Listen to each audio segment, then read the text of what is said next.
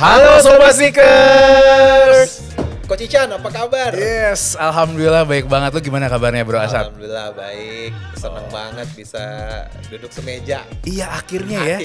Kita kolaborasi setelah berapa tahun ya kita kenal? Berapa tahun? 10 tahun ada Chan? 10 tahun lebih. 10 tahun lebih. Zaman lo masih kuliahnya di Qatar waktu itu. Qatar ya? Biar tapi kenapa? sebelum lo lanjutin, lo kenalin diri lo dulu dong. Oke. Atau lo kenalin diri gue kenalin diri lo. Oke. Gitu Ya, aja ya. benar-benar. Kita perkenalan dulu ya. Oke, Gua kenalin diri lo dulu deh, apa gimana? Gua deh yang kenalin. Lo kenalin diri lo. Sweet dulu deh, sweet. Oke. Sweetnya sweet apa nih? Sweet Jepang. Sweet Jepang ya? Oke. Gue kalah. Berarti gimana? Gue yang kenalin dulu.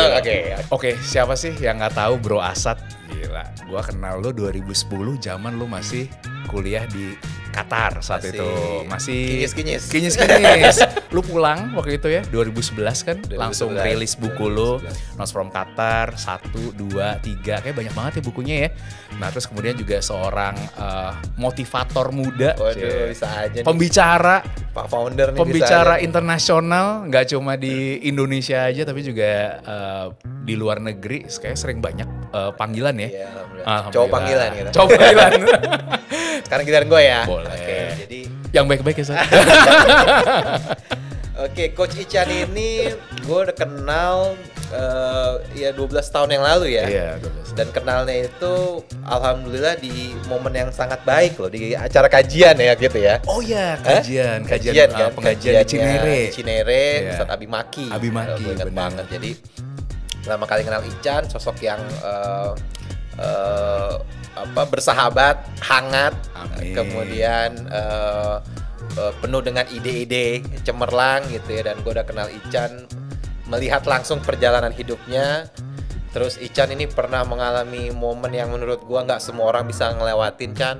1 tahun ya Chan di rumah sakit ya, dan kita sempat video callan dan lain-lain gitu ya. Iya. Sampai Dan, akhirnya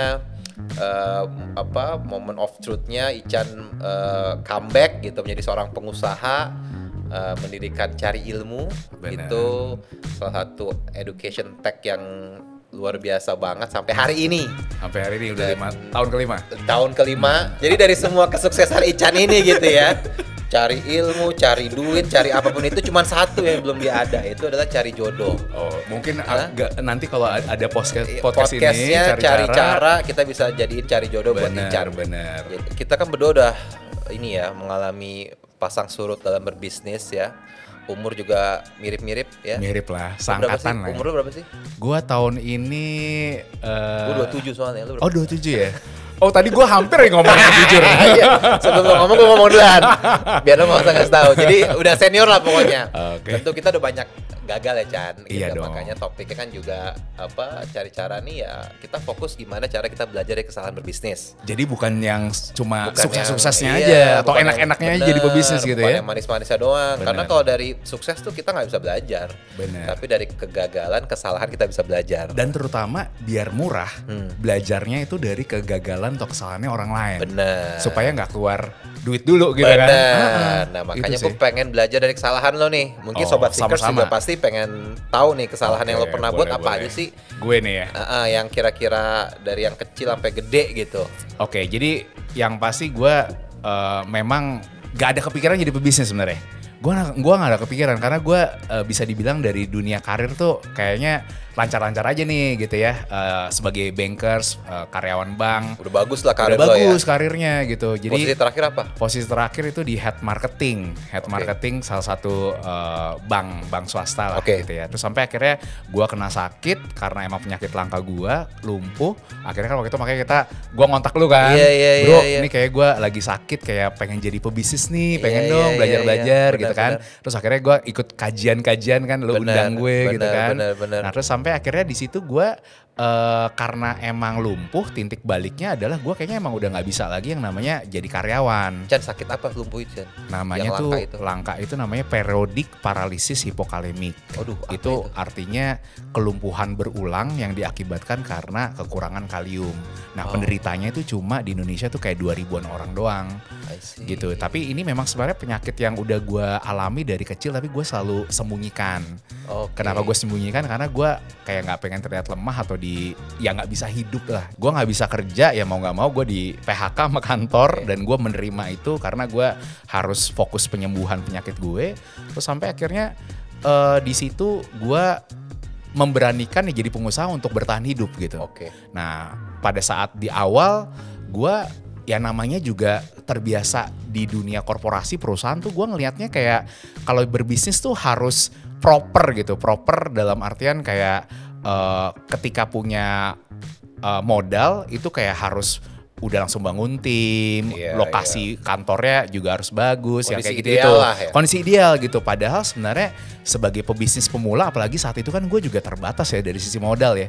Nah gue lumayan jor-joran tuh di awal. Ini yang gue rasa kegagalan gue terbesar di awal ya, karena kan gue gak ngerti. Jor-joran untuk dalam bisnis kebangun tim semuanya itu investasi. Jadi kayak ketika berbisnis gue jatuhnya menempatkan dirinya itu kayak sebagai investor, karena gue berpartner. Gue berpartner, terus kemudian gue kayak kurang kontrol. Dalam artian gue inget banget setelah rilis Cari Ilmu, waktu itu lu dateng kan? Dateng di Kemang, bener, di Hotel Kemang lu dateng. Itu 2018 ya? Itu 2019 awal. 2019, Nah itu saat itu gue langsung besokannya gue malah langsung pergi liburan ke Amerika sebulan. Jadi kayak gue tinggalin bisnisnya, gue percayakan ke partner gue gitu ya. Nah saat itu ya, partner gue saat itu. Terus kemudian pas waktu gue udah pulang sebulan dari Amerika, gue lagi bucin lo ya ke Amerika waktu itu ya? Enggak, lagi healing ya. Lagi healing, gue kayak ikutan training kayak digital marketing bootcamp gitu lah di Silicon Valley, ada di ke Facebook, ke Apple gitu-gitu, ke Google. Nah terus sampai akhirnya lah duitnya habis. Jadi abisnya bener-bener yang ke Amerika? Enggak, yang duit bisnis, bisnisnya yang lo tinggalin. Iya, yang gue tinggalin karena kan tadi gue bilang gue kurang kontrol gitu. Jadi gue kayak di awal ketika berbisnis gue gak clear gitu. Gue mau statusnya sebagai investor atau memang sebagai pebisnis yang dimana memang harusnya kalau saat itu gue maunya menjadi pebisnis yang emang aktif, yang harusnya detail, kontrol gitu. Nah, terus dan memang nggak bisa tuh yang namanya langsung jor-joran di awal, karena kan harus ngejagain namanya cash flow gitu. Makanya udah akhirnya di situ gue belajar bahwa yang namanya bisnis tuh kita harus megang dan harus detail. Dan memang itulah yang konsekuensi yang dipilih kalau ketika jadi pebisnis tuh ya lu harus mau capek, jadi 24 jam 7 hari lu juga bener-bener ngebangun bisnisnya. Nah makanya dari situ gue sampai sekarang gue bukannya jadi yang kayak control freak atau gimana, gue tetap percayain my team, tapi setidaknya gue tetap kontrol dan gue nggak yang jatuhnya jor-joran lah dalam tetap ngukur productivity lah gitu. Nah kalau lu nih sekarang lanjut nih kegagalan lu nih apa nih? Sebenarnya gue ya sedikit banyak tahu lah ya. Tahu kan ya. Lu aja cerita deh. Jangan dong. Nah, kalau gua ini ya lu kan udah pernah dalam proses melihat kegagalan gua kan. Iya. Menurut gua ya gua tuh dulu background sedikit ya. Background kan gua dulu di terakhir kuliah S2 di Qatar. Ambil jurusan Islamic Finance, keuangan syariah. Jadi setelah itu gue nulis buku juga kan, Notes from Qatar. Nah dari Notes from Qatar itu akhirnya berkembang tuh Chan. Gue dipanggil untuk ngisi seminar. Kemudian beberapa acara TV, bahkan dipercaya ada beberapa brand atau perusahaan yang minta gue sebagai BA-nya lah untuk brand ambassador untuk produk-produk mereka. Nah, salah satu kesalahan berbisnis yang gue pelajarin ya waktu itu, dan mungkin lo juga saksi hidupnya ya, gue nih karena mungkin gue baik kali ya Chan, jadi gue menganggap seorang tuh gak mau percaya. That's me gitu kan. Gue tuh gak mau percaya sama orang gitu, karena gue selalu berpikir orang itu gak mungkin jahat gitu loh. Apalagi waktu itu masih umur berapa Chan? Kita umur berapa waktu? Lu 24-25 Iya 24-25 gitu kan. Abis lulus S2 kan? Iya abis S2 24-25 gitu kan. Waktu itu gue banyak panggilan, karena kan cowok panggilan kita. Kemudian ada beberapa brand waktu itu yang mencoba yang approach gitu, kerja sama bareng. Dan salah satunya waktu itu memang perusahaan travel gitu kan Chan. Waktu itu travel, waktu itu kebetulan travel juga travel umroh haji waktu itu Chan. Waktu itu buat program umroh Chan. Bener. Sebenarnya ini sebenarnya itu program yang udah kedua umroh itu. Sama travel yang berbeda sih. Iya, kan dua-duanya gue ikut. Dua-duanya ikut kan? Iya. Yang pertama nggak masalah. Yang pertama beres kan? Beres. Karena memang ya travel bagus lah, udah lebih lama, profesional gitu kan. Nah travel yang kedua, ini nih yang waktu itu sempet ya begitulah. Lo juga ikutan di sini gitu kan? Iya. Karena memang waktu itu gue gampang percaya bahwa kok murah ya, ternyata murah dengan fasilitas lebih bagus gitu. Jadi kayak too good to be true gitu loh. Dan gue percaya aja karena itu adalah temen sekolah. Iya, adik kelas di sekolah gue gitu kan. Dan akhirnya ya udah gue percayakan ke dia, dan waktu itu gue bawa jamaah tuh 150 Chan. Yes. 50 orang dan ternyata bermasalahnya tuh kayak gimana tuh waktu itu? Ini gue sosok nggak tahu ya, pun gue tahu ya, karena gue saksi hidup. Bermasalahnya ya travelnya kurang amanah gitu. Maksudnya nggak dibeliin tiketnya nggak dibeliin tiketnya, visa gue ngurus sendiri. Dan gue akhirnya ngurus visa itu ke travel yang pertama, Chan. Oh, ya dibantuin sama travel pertama. Travel pertama ngomong, Mas Asa kenapa nggak buat sama kita lagi? Ya mungkin udah jalannya nih, gue bilang gitu. Dan waktu itu kerugian lumayan besar, Chan. Itu gue masih muda ya, 25 tahun. Kerugian gue udah emper tuh, emper. Udah bukan ini lagi. Gila ya. Jadi lemes. Jadi itu mungkin pertama, mungkin gue pikir gampang percaya sama orang lain. Sama yang kedua yang bisa gue pelajarin setelah proses itu kan, alhamdulillah gue bangkit lah ya. Lo udah tahu prosesnya dan prosesnya semua clear sampai ke jalur hukum malah gitu Chan ya. Dan gue jadi saksinya juga. Gue jadi saksi sampai pengadilan. Dan alhamdulillah udah putusan lah gitu kan. Nah, yang kedua mungkin yang gue bisa pelajarin dari berbisnis, dari proses gue gitu ya, dari waktu itu sampai sekarang ini, kadang kita bisnis tuh harus fokus sih Chan.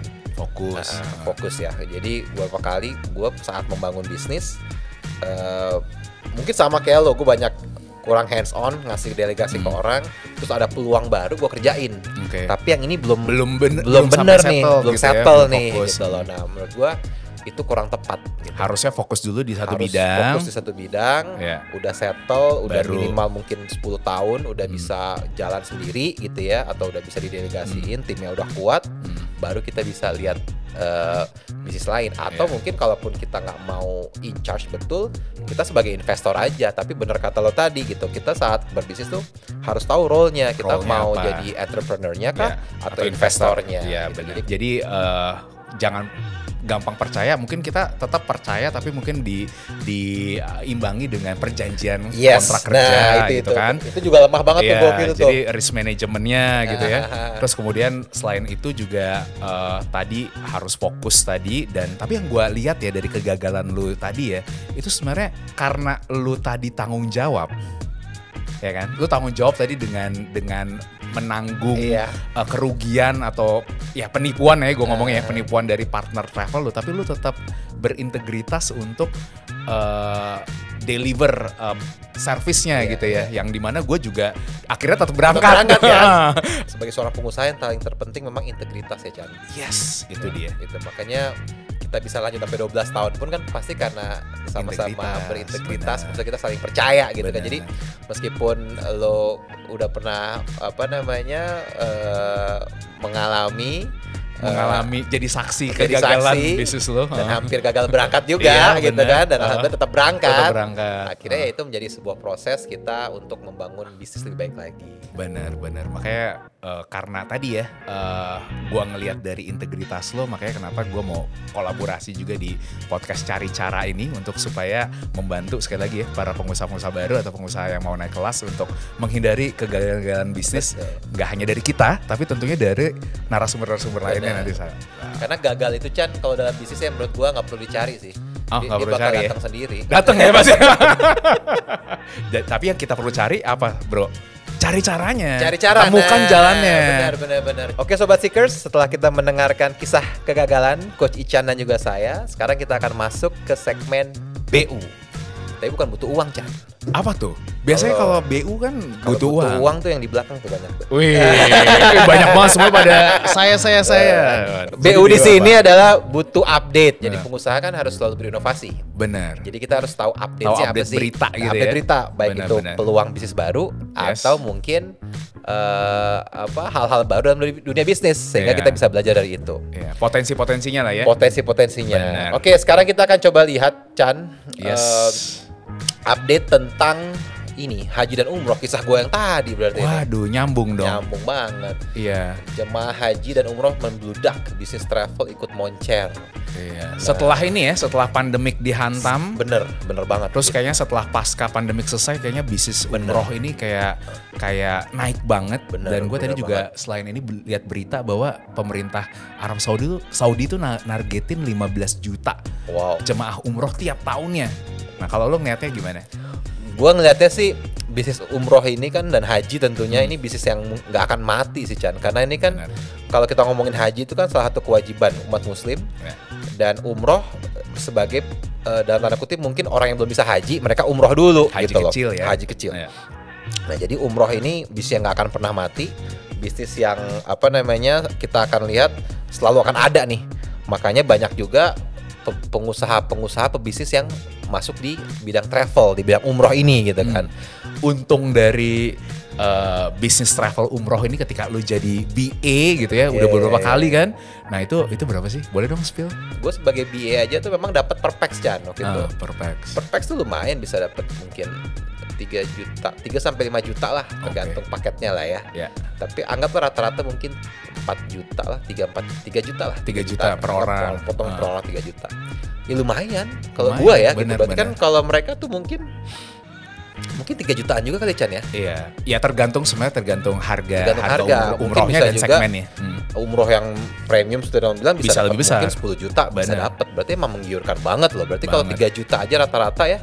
Kalau berangkatin per batch gitu mungkin 300 juta. Bos. Bener. Iya, lumayan. Ya 10 hari misalkan. Gua aja dulu tuh udah dalam bayangan gua tuh 3 juta ya. Kali 150 Chan. Oke. Setengah miliar berarti gua dapat deh. kan. Wih, gila.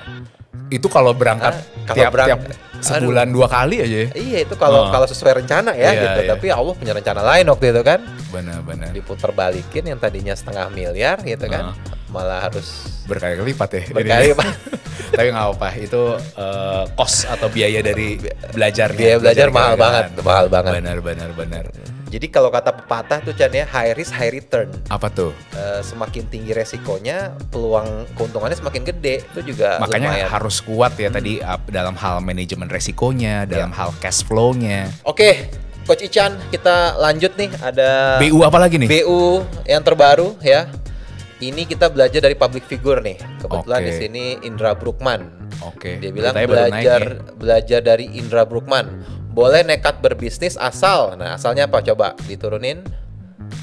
Oke, 1, dana darurat yang cukup. 2, jaminan kesehatan. 3, uang dingin. Oke, 3 hal ini Coach Ican. Kira-kira setuju nggak? Dan apa sih ini poin-poinnya itu? Yang pertama tadi apa coba? Dana darurat. Dana darurat yang cukup. Nah. Yes, gue setuju banget sih. Nah, dana darurat ini kalau menurut gue karena kalau pindah kuadran ya dari karyawan atau dari profesional, dari self-employed gitu ya, kemudian menjadi pebisnis. Kalau misalkan cuma modalnya nekat, tetapi nggak punya tabungan dana darurat, karena kan sekali lagi tadi bisnis nggak langsung menghasilkan kan? Dan selain itu juga nggak pasti naik turun. Betul. Bahkan kayak setahun 2 tahun pertama lu tahu sendiri berdarah-darah kan. Darah-darah banget. Jadi ya makanya kenapa penting banget yang namanya punya ya dana darurat dulu. Berapa banyak tuh Chan dana darurat itu Coach? Tergantung kondisi lo. Kondisinya tuh dalam artian jumlah tanggungan lo. Jadi contoh misalkan kalau misalkan biaya berkeluarga, hidup anak 2 nih. Misalkan anak 2, berarti kan tanggungannya 3. Istri tambah 2, jadi 3 kali 3 sih 9 kali. 9 kali dana darurat untuk dapur lo. Untuk dapur, karena ini kan pebisnis antara keuangan bisnis sama keuangan keluarga kan harus dibidayain. Iya, berarti kalau 3 kali 3 bulan ya jatuhnya ya untuk menanggung 3 orang itu. Benar, jadi harus ada 9 kali dari basic expense-nya untuk keuangan keluarga lo. Tapi itu juga ya keuangan bisnisnya juga harus ada modal, ada lagi modal yang emang dana darurat untuk cover expense rutinnya gitu. Oke, misalkan biaya per bulannya satu keluarga nih 10 juta Chan. Ya, berarti kalau 9 ya 90 juta 90 harus punya. juta dia harus simpen dulu tuh. Benar. Bisa bertahan berapa lama nih 9 juta ini? Berarti asumsinya dalam 9 bulan kan? 9 bulan. 9 kali. Jadi dana darurat sekali lagi jangan sampai nggak punya. Kalau emang nggak punya, kumpulin dulu. Jadi kalau Sobat Seekers mau jadi pengusaha, pindah kuadran harus punya dana darurat yang pertama. Benar, yang pertama. Terus kedua tadi ada kesehatan ya, asuransi lah ya. Oh bukan. Oh ya, jaminan kesehatan. Oke.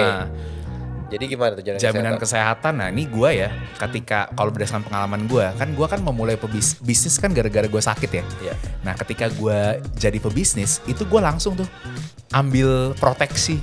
Ya bisa dari BPJS, kalau yang simpelnya BPJS kesehatan, tapi gue juga ngambil insurance untuk kenyamanan juga gitu ya. Nah sampai sekarang gue juga terinsur karena gue pebisnis gitu. Yeah. Bayangin kalau misalkan gue nggak ada jaminan kesehatan, kalau kondisinya lagi sakit, bisnisnya kan jadinya berantakan gitu. Dan banyak banget karyawan, tim yang bergantung sama kita kan. Gue setuju, karena yang ngomong seorang coach. Dan financial planner nih. Dan mengalami langsung tentang kesehatan. Jadi gue pikir ya mungkin kalau poin yang pertama dana darurat sih. Gue lebih setuju itu karena maksudnya gue lebih mau fokus ke sana.